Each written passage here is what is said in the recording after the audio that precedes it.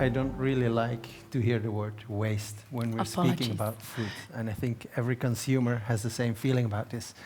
Now, let's start with using those cacao fruits. Cacao fruits. Imagine we're going to the supermarket and we buy our products. And who is willing, after you come out of the shop, to throw your goods, your food you have bought immediately into the bin? Anybody?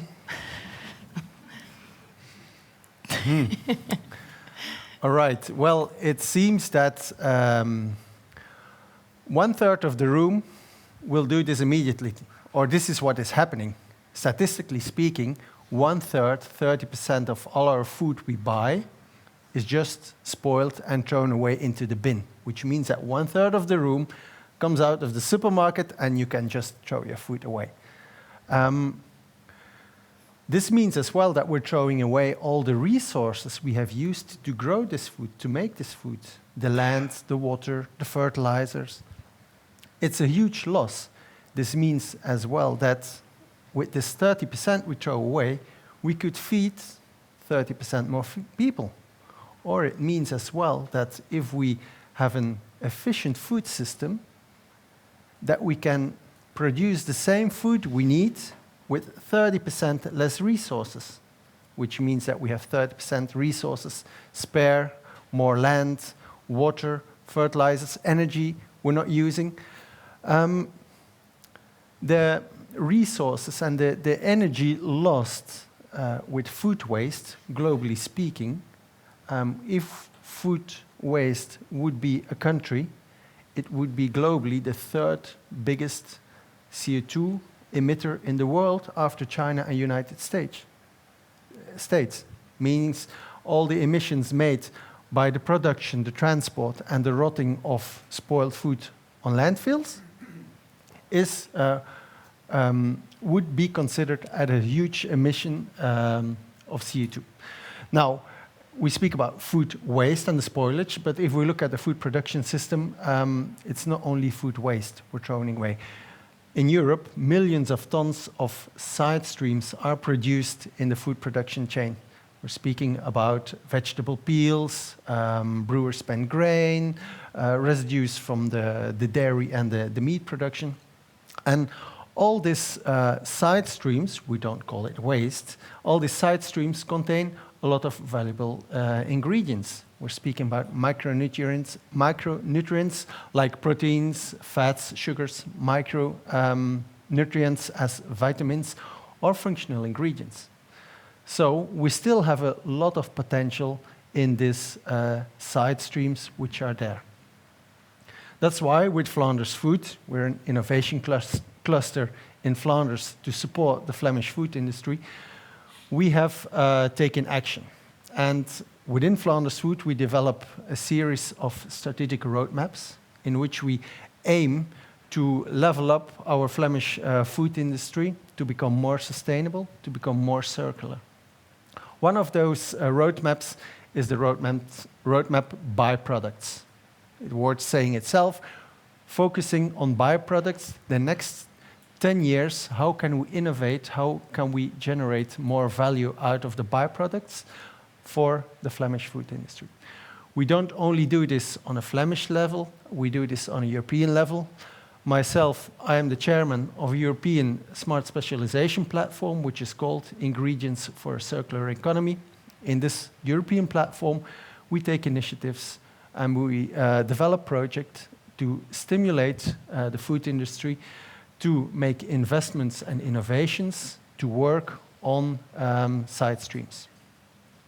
Now, our roadmap, how does it look like? We've seen in a general food production facility, we have the main product, let's say the exquisite pralines or truffles which are made, and this is the focus point. But a company as well has some side streams, and until now, those side streams are just considered as a loss, while the side stream could become a valuable asset if we find the right valorization pathway for it. So, first step, when those residues are here in the company, what do we do? Very often those side streams are wet, very perishable. We need to stabilize them. We need to make sure that we collect them, we store them on a food-grade way so we can still use them afterwards. This will require some rethinking of our internal processes. We will have to build new circular business models. We will establish maybe completely new value chains. It's important there that those new business models are adapted to the reality of the food industry or the upcoming valorizations. Having a side stream, having another company making a product out of this, this will require new logistics. We see some challenges there. Which kind of side stream are available where, in which quantities, which are the parameters, what is the volume? All those questions need to be answered. And if we want to find a right model, we really need to bring all those points together and find a solution which is profitable. Last point in our roadmap is what we call consumer and society. And there we've touched upon already what the consumer is thinking. Very often the consumer thinks, oh, a side stream, food made out of a side stream, this is waste, I will not eat this, I don't like eating waste. And it's very important that we have a shift in the mindset of a consumer, but as well of our companies, because generating new value using those byproducts will require a rethinking of our production process. That is adapted to this zero waste principle. We don't want to generate any waste anymore. We just want to make profit and use our 100% of our raw material in a full and sustainable way. So we had some information on the consumers, how they think about using waste, what they think about sustainability. I'll keep this a bit as a cliffhanger. I see my time is running down. You can steal some minutes from Ruva. She was okay. But we've seen a big interest from the consumer in sustainability, a high willingness. There is some awareness about this, but between what we see as a belief in the consumer and the real practice, what they're doing, there's still a big gap to fill.